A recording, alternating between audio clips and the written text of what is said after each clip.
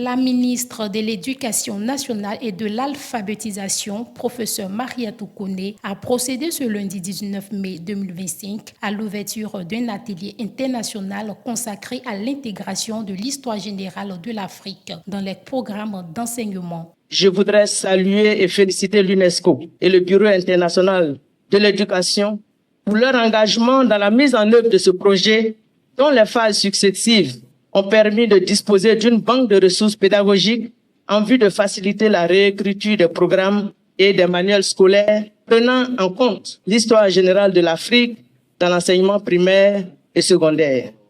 Intégrer l'histoire générale de l'Afrique dans nos systèmes éducatifs, c'est offrir à nos enfants un miroir dans lequel ils peuvent se reconnaître et un horizon vers lequel ils peuvent se projeter.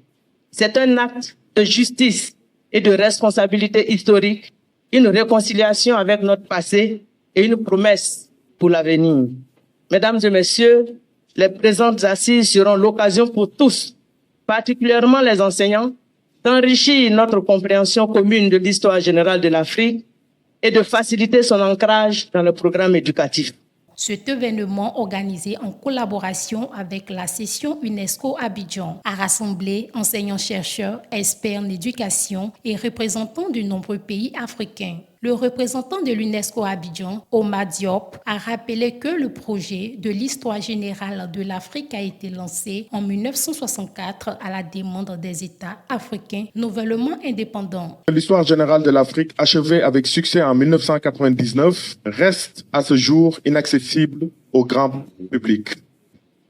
En dépit de la publication d'une version abrégée en 8 volumes et la traduction des volumes de l'édition principale en plusieurs langues, y compris en chinois, italien, japonais, coréen, espagnol et portugais, sa forme actuelle et son coût prohibitif empêchent une large diffusion.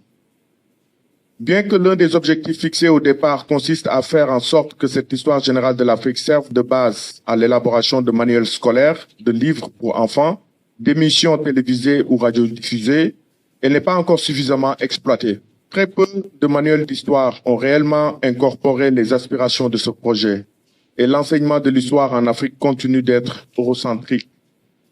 C'est pourquoi l'UNESCO a lancé en mars 2009 le projet d'utilisation pédagogique de l'histoire générale de l'Afrique pour répondre aux fortes attentes exprimées par les pays africains désireux d'intégrer les nouvelles connaissances sur l'histoire du continent dans leur système éducatif. L'objectif est d'appuyer les ministères africains dans la réécriture de leurs programmes scolaires et manuels d'histoire.